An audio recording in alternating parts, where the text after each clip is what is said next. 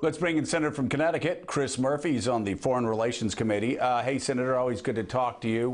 We won't ask you any questions about your run for governor because obviously we have a busy agenda. What do you want to hear tomorrow? What if you could have one question answered, what would it be? I mean, given all of the reporting about Comey's conversations with the president, I think it stands to reason that he would clear up the content of those conversations. It would be important to hear from Comey that the president did talk to him about the consequences, the personal consequences to Comey of continuing the Russia investigation. I would like to hear that from Comey, but I have low expectations, in part because we all sat in this private briefing with Rod Rosenstein, the Deputy Attorney General, in which he would give us nothing about the content of his communications with Trump. He wouldn't even tell us in that closed-door meeting about who he consulted in writing the memo that recommended Comey's firing. Right. And the reason for that was he said, hey, listen, this is all subject to a potential criminal obstruction of justice case. And knowing Comey, knowing how careful he normally is, he'll make a little bit of news tomorrow, but I have a feeling he's going to be just as careful as Rosenstein was, given the potential scope of Mueller's investigation. Right. And so let me ask you what Dan Coates, former ambassador, former senator, now DNI, Dan Coates' news that broke last night. How does that impact how you're looking at this entire this entire mess and a possible obstruction of justice charge against the President of the United States? Well, Coates is a guy with, an ethical center. He's also a really smart and careful politician, having served in the Senate for a long time. And, you should read his statement last night very carefully, right? He says that he never has felt pressured by the president. Now, that doesn't mean that the president didn't ask him to back off to push Comey to back off the investigation. It just means that Senator, he didn't feel pressured. Senator, I was going to say, Senator, it doesn't mean that the president wasn't trying to pressure him. Like, somebody could ask me to do something illegal. I wouldn't feel any pressure. I'd smile and tell him to go to hell and walk out of the room. So you're exactly right. Him saying I didn't feel any pressure has nothing to do with Donald Trump's state of mind or his intent.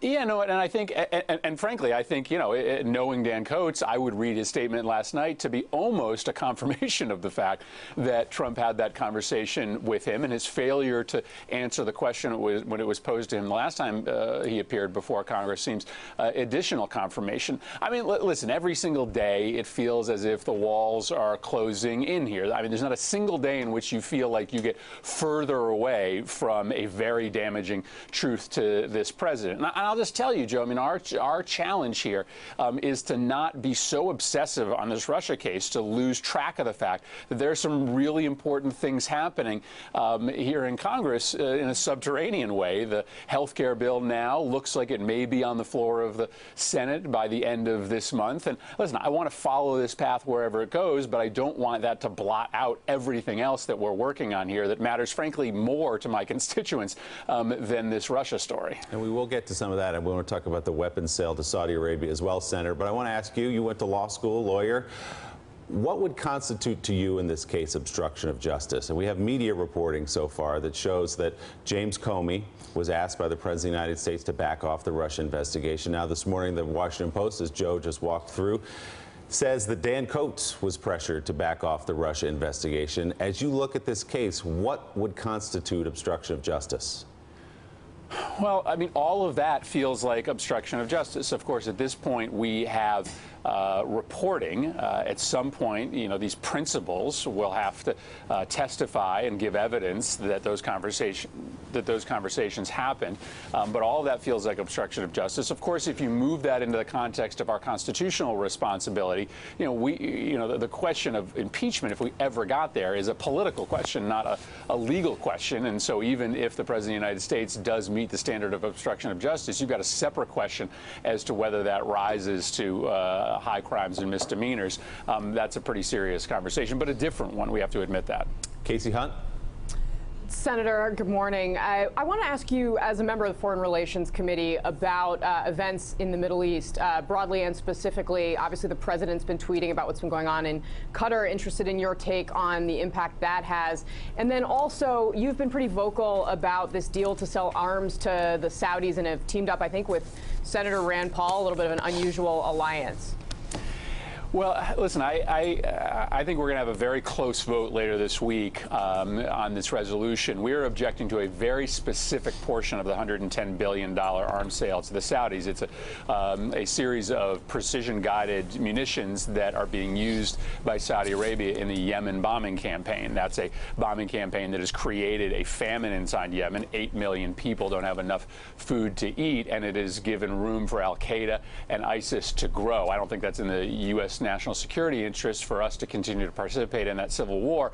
I think we're going to have a very close vote in the Senate, a bipartisan vote later this week that may result in the Senate objecting to that arms sale.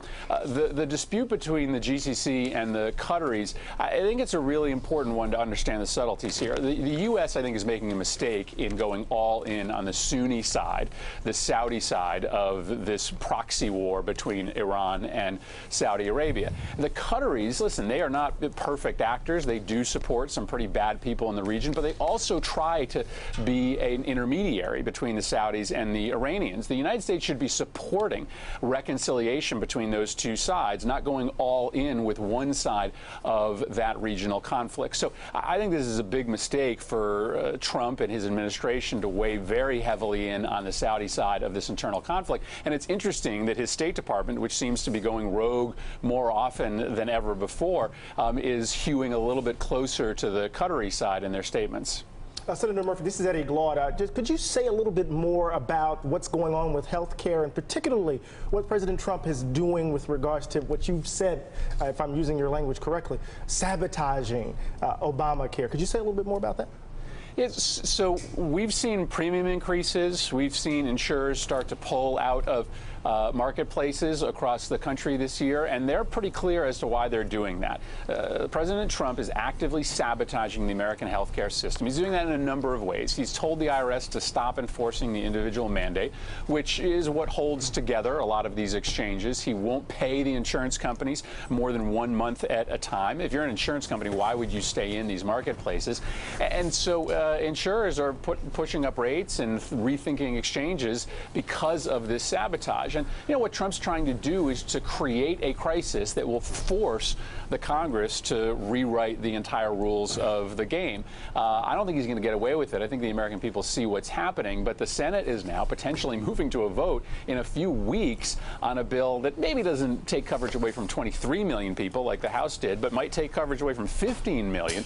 And I think we've got to make sure that our focus and the media's focus is on that as much as it is on this unfolding Russia story. All right, Senator Chris Murphy of Connecticut, always appreciate your time. Thank you, Senator. Thanks, guys. Thanks for checking out MSNBC on YouTube, and make sure you subscribe to stay up to date on the day's biggest stories. And you can click on any of the videos around us to watch more from Morning Joe and MSNBC. Thanks so much for watching.